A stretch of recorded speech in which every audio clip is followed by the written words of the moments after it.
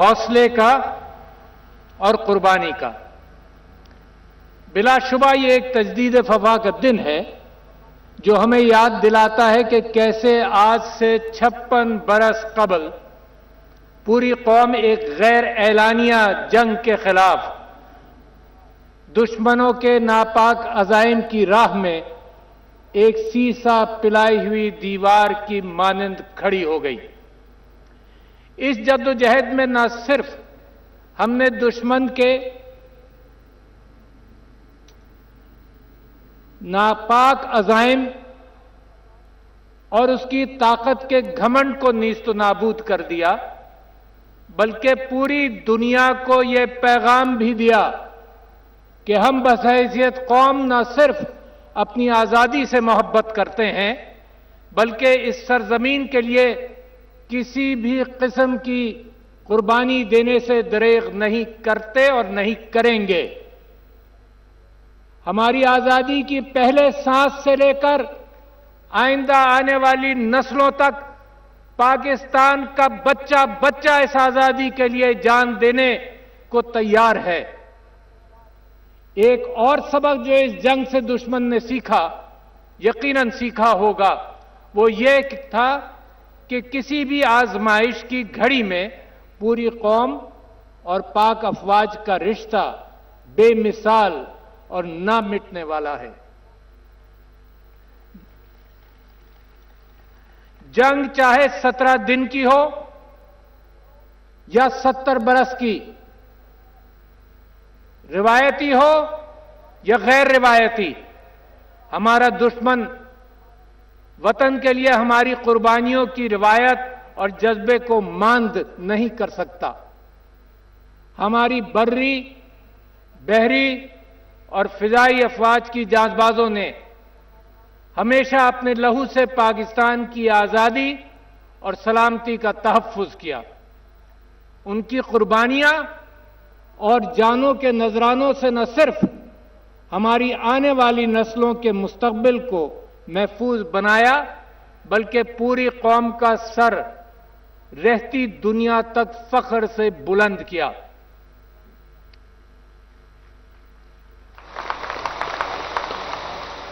انہی ناقابل فراموش قربانیوں کو آج ایک بار پھر نئے عزم سے یاد کرتے ہوئے ہم آج کے دن قوم کی ان عظیم سپوتوں اور ان کے خاندانوں کے جذبہ حب الوطنی کو تہہ دل سے خراج تحسین پیش کرتے ہیں۔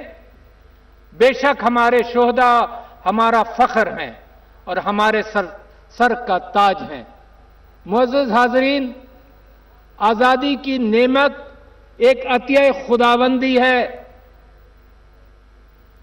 اور پاکستان کی آزادی اللہ تبارک و تعالی کی مدد اور ہمارے بزرگوں کی ایک لمبی جدوجہد کے بعد ہی ممکن ہوئی ہے۔ آزادی کے اس سفر میں بہت سارے کٹھن مراحل آئے، لاکھوں خاندانوں نے ہجرت کی، ماں اور بہنوں نے خون کے دریا عبور کیے، اور یہ بھی حقیقت ہے کہ ہمارا دشمن روز اول سے ہماری آزادی و خود مختاری کے درپے تھا اور ہے۔ آزادی کے حصول کے ساتھ ہی پاکستان کو ہندوستان کی جارحیت کا سامنا کرنا پڑا۔ پاکستان پر کبھی روایتی جنگ کی صورت میں جارحیت مسلط کی گئی، تو کبھی دہشت گردی کی صورت میں، کبھی آبی جارحیت کی صورت میں، تو کبھی مختلف معاشی اور سفارتی ہٹ کنڈوں کی صورت میں۔ امن کے لیے پاکستان کی تمام تر کوششوں کے باوجود ہمیں آج بھی اپنے مشرقی ہمسائے کے ساتھ پرامن، بقائے باہمی اور عزت و وقار کے ساتھ رہنے میں مسائل کا سامنا ہے۔ بدقسمتی سے ہمارا ہمسایہ 1947 سے آج تک ہماری آزادی کے حصول کی تاریخ کو دل سے قبول نہیں کر سکا، مگر اب وقت آ گیا ہے کہ حقیقتوں کو دل سے تسلیم کرتے ہوئے تمام مسائل کا منصفانہ حل ہم تلاش کریں۔ اس میں پورے خطے اور دونوں ملکوں کی عوام کی سلامتی و ترقی و فلاح و بہبود کا راز مضمر ہے۔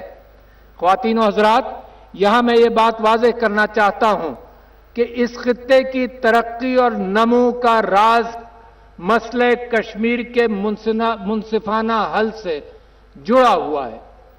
ہم ہندوستان کے کشمیر پر غاصبانہ قبضے اور 5 اگست 2019 کے بعد اٹھائے گئے وہ تمام اقدامات جو در حقیقت مسئلہ کشمیر کے حوالے سے اقوام متحدہ کی قراردادوں کے خلاف ہیں اور خلاف ورزی کرتی ہیں، ان کو مکمل طور پر رد کرتے ہیں اور بین الاقوامی دوستوں کو، اقوام متحدہ کو بتانا چاہتے ہیں کہ یہ خلاف ورزی چل نہیں سکتی۔